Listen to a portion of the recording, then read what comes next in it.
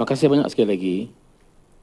Keputusan yang dibuat oleh saya tidak bergantung kepada 4 orang yang awal. Saya beranggapan saya adalah orang yang pertama membuat sokongan secara terbuka di Parlimen. Rentetan daripada pilihan raya keputusan di mana berlakunya hang government tidak boleh menubuhkan kerajaan. Saya sebagai ahli parti yang menang dalam pilihan raya sama-sama berusaha untuk menubuhkan kerajaan, di mana kita berusaha untuk meletakkan presiden iaitu Tan Sri Mahyudin Yassin Paguh sebagai calon presiden dan calon Perdana Menteri. Tetapi beberapa hari berlalu, maka kita tidak berjaya walaupun disebut ada numbers yang cukup. Akhirnya, Duli Yang Maha Mulia telah memperkenankan Tambun sebagai Perdana Menteri Malaysia yang ke-10.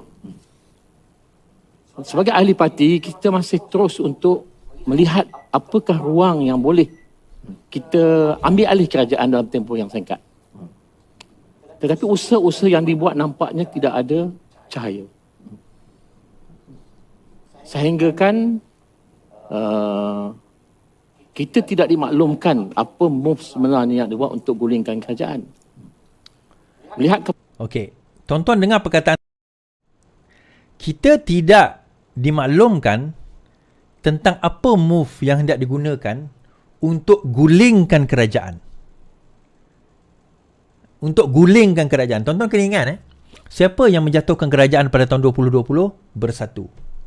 Orang yang sama, Bukit Gantang, hari ini membuka cerita bahawa sebenarnya ada rancangan sewaktu penubuhan negara tahun 2022 untuk menggulingkan kerajaan.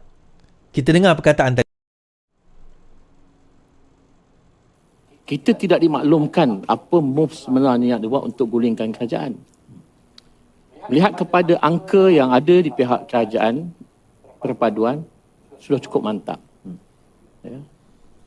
Dan bila saya sebagai ahli parlimen mewakili parti satu perkara, mewakili pengundi dan rakyat satu perkara yang lain, saya telah beri cukup masa yang cukup kepada pucuk pimpinan untuk membuat usaha-usaha mengambil alih kerajaan.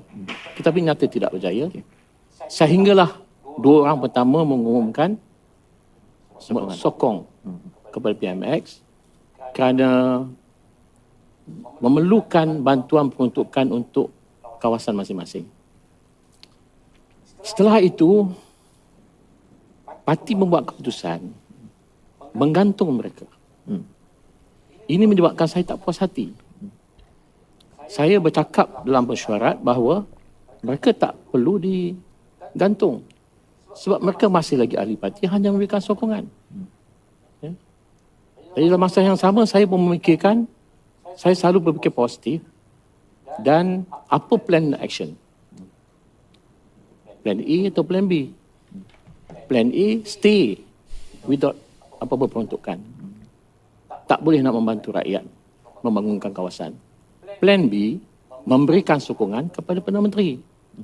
Yang saya lihat dalam banyak pembentangan di Parlimen, nampak keikhlasan yang amat banyak Perdana Menteri nak membangunkan negara. Ya. Kalau tanpa MP tadi kata banyak kelihatan keikhlasan Perdana Menteri untuk membangunkan negara. Very very important point. Membangunkan kawasan. Plan B, memberikan sokongan kepada Perdana Menteri. Yang saya lihat dalam banyak pembentangan di Parlimen, nampak keikhlasan yang amat banyak Perdana Menteri nak membangunkan negara. Ya.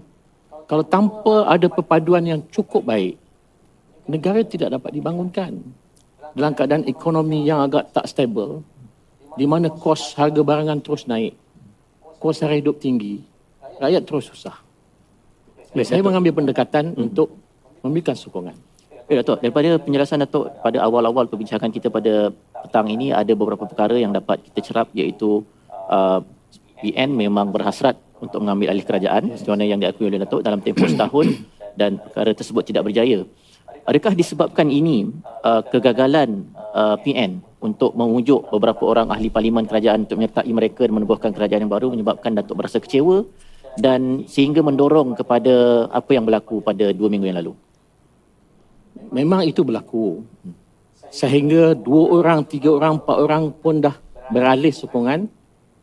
PN masih lagi berusaha dengan kenyataan bekas menteri mengatakan bahawa ada 10 orang yang nak datang pada pembangkang untuk membuat kerajaan. Tetapi angka itu tak logik. Kalau 10 mana cukup nak buat kerajaan? Maknanya usaha-usaha untuk menubuh kerajaan, menggulingkan kerajaan yang sedia ada masih berjalan. Itu tidak dapat dinafikan. Datuk, kekecewaan yang kedua barangkali adalah tentang bagaimana isu peruntukan ini diuruskan oleh Perikatan Nasional. Dengan latar belakang yang kita ada adalah bagaimana Perdana Menteri Datuk Seri Anwar Ibrahim mengumumkan secara terbuka di dalam Dewan Rakyat bahawa jika mahukan peruntukan maka perlu melalui proses perbincangan dengan timbalan Perdana Menteri yang kedua dan sebagainya. Ada beberapa pandangan lah. Sebagai contoh, Ahli Parlimen Kuala Terengganu YB Amzad mengatakan bahawa perbincangan itu berlaku. Tetapi ada syarat-syarat tertentu yang perlu dipenuhi iaitu menyatakan kesetiaan agar tidak menukar kerajaan sehingga perkara ini berakhir. Jadi mana satu yang betul Datuk? Sebab ada yang kata perbincangan tersebut telah berlaku tetapi daripada apa yang kita tahu setakat awal perbincangan ini dengan Datuk, perbincangan tersebut tidak berlaku. Yang mana satu yang betul? Semua perkara ini berlaku secara publik. Okey. Apa yang disebut oleh kerajaan dan apa yang disebut oleh Yang Amat Berhormat Perdana Menteri secara terbuka. Supaya berunding dan akan diberikan peruntukan. Apabila pihak pembangkang mengatakan bahawa perundingan itu keras, ada perkara yang tidak boleh diikuti. Yang Amat Berhormat Perdana Menteri telah menafikan bahawa tidak ada syarat tak setia kepada Perdana Menteri. Di pihak kami sebagai ahli parlimen Perikatan Nasional tidak dimaklumkan. Tidak ada perbincangan secara khusus ataupun dibentangkan di parlimen. Kenapa tidak dibentangkan di parlimen? Mengatakan bahawa pucuk pimpinan telah berunding dan oleh kerana syarat-syarat ini yang dikemukakan, maka kami tak setuju. Jadi ahli parlimen semua boleh tahu dan rakyat boleh tahu. So maknanya tidak ada koordinasi antara ahli-ahli Parlimen Perikatan Nasional sama ada perundingan tersebut telah pun berlaku ataupun tidak. Yang tak ada, tidak dimaklumkan dan tidak ada perbincangan dengan ahli parlimen. Jadi disebab Okey. Selebihnya tuan-tuan boleh tengok sendiri dekat Sinar 30 minit punya interview. Tapi poin yang saya nak bawa tadi, sebenarnya PMX sendiri mengatakan datang berunding. Okay, datang buat proposal, bentangkan, kita cerita apa yang kamu nak. Dan PMX tidak pernah kata kalau sekiranya kamu nak maka kena sokong saya sampai habis dengan. Tak ada. Datang je. Tetapi menurut kenyataan MP Bukit Gantang tadi, bahawa pembangkang tak pernah datang pun. Tak pernah berbincang pun di kalangan mereka. Tak pernah bentang atau negotiate pun dengan kerajaan mengenai terma-terma. Dia mungkin tak perlu setuju pun. Okey, kita yang penting jumpa dulu, runding dulu. Okey, ni kerajaan, ini kami nak, ini term kamu. Apa term kamu? Okey, ini term saya, kerajaan pun bagi. Oh, saya tak setuju dengan term ni. Ini term kami, kita bincang. Okey, bincang ni setuju, ni tak setuju, ni buang, ni tak. Masalahnya, proses itu pun tak berlaku. Sedangkan Perdana Menteri offer. Perdana Menteri offer kepada pembangkang, mehlah kita berbincang. Takkan Perdana Menteri yang mempunyai majoriti 150 kerusi nak pergi menyeberang ke sana, panggil tarik seorang-seorang berbincang. Kamulah yang berada dekat bawah kena naik, buang ego dan kesombongan kamu demi rakyat, jumpa Perdana Menteri, bincang. Bukan kata suruh sokong, suruh bincang. Yang itu pun ahli parlimen Bukit Gantang tadi kata tidak ada berlaku pun perbincangan. Jadi kalau perbincangan itu tidak berlaku, bagaimana ahli parlimen pembangkang boleh mengatakan terdapat dakwaan rasuah daripada PMX, terdapat dakwaan sogokan daripada PMX. Bincang pun tak ada, macam mana nak kata sogok? Ada orang jumpa, ada orang itu jumpa, ada orang ini jumpa. Ada juga orang jumpa saya. So apa point dia? Ini semua alasan-alasan, tuan. Sebagaimana alasan yang bodoh viral itu tak nak debat dengan apa orang kata, dengan Rafizi. Dia bagilah alasan. Alasan Puteri Gunung Ledang ni saya panggil.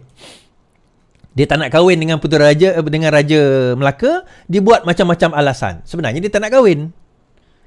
Tapi poin dia dekat sini adalah, itu saya kata tadi, pendedahan ini memberi kita gambaran bahawa sebenarnya tidak ada pun perbincangan. Tetapi mereka cerita macam seolah-olah bincang dah. Tetapi macam-macam terma diberikan sampai kami tak boleh nak setuju. Bincang pun tidak. Kerana apa, tuan-tuan? Kerana mereka masih yakin, bak kata MP Bukit Gantang tadi, 10 orang daripada kerajaan akan lompat. Cuma dia kata tak logik. Macam saya katalah, tak logik. Kenapa kita nak kena tinggalkan parti kita lompat, lepas itu hilang kerusi, hilang peruntukan? Untuk apa? Untuk apa hilang peruntukan? Sebab apa? Nak sokong pembangkang. Lepas tu kita hilang peruntukan. Hilang 1 juta. Tak kebangang namanya tu. Kan tak kebodoh namanya tu. Tapi itulah hakikat yang dia kata. Yang dia kata, oh inilah. So tuan-tuan, macam saya katalah, apa yang berlaku, insya-Allah benda ini semua adalah penipuan daripada pembangkang sendiri. Penipuan daripada pembangkang sendiri, dan penipuan mereka ini tidak lain bukan bertujuan untuk nak mengelirukan, spinning fakta yang sebenar. Okay? Alright. Okay, di akhir kita ni insya-Allah seperti biasa hujung bulan ini saya menyeru rakan-rakan menyumbang sedikit sumbangan kepada keluarga Ustaz Wan G. Dah ada sedikit di dalam akaun pertubuhan kami, tapi kita nak supaya ada 6 bulan lagi untuk beliau berada di dalam penjara, dan insya-Allah kita membantu keluarga beliau sedikit sebanyak. Dengan ini adalah akaun Pertubuhan Pemangkasan Wanita dan Keluarga Petra Jaya, akaun RHB. Kemudian resit boleh hantar ke akaun ke nombor telefon Ana, nombor telefon admin saya. Dalam masa sama tu juga tuan-tuan, insya-Allah bulan saya akan mengeluarkan satu JC sublimation, bukan print macam ni tapi sublimation punya JC. Design semua nanti saya akan hebahkan, saya akan bagikan kepada tuan-tuan. Harga insya-Allah harga rahmah bawah RM30. Saya akan kekalkan harga bawah RM30, tidak termasuk penghantaran. InsyaAllah nanti kita akan buka kepada semua, lelaki dan wanita. Ada yang tak berkola bulat, ada yang ada kola, dan ada berkola lengan panjang. Kan? InsyaAllah yang tu nanti, bukan sekarang. Jangan tanya dulu, nanti. Okay. Alright. Baik, sekian saja daripada saya kepada tuan-tuan dan puan. Selamat malam, selamat beristirahat. Yang penting, lawan. Tetap lawan. Assalamualaikum.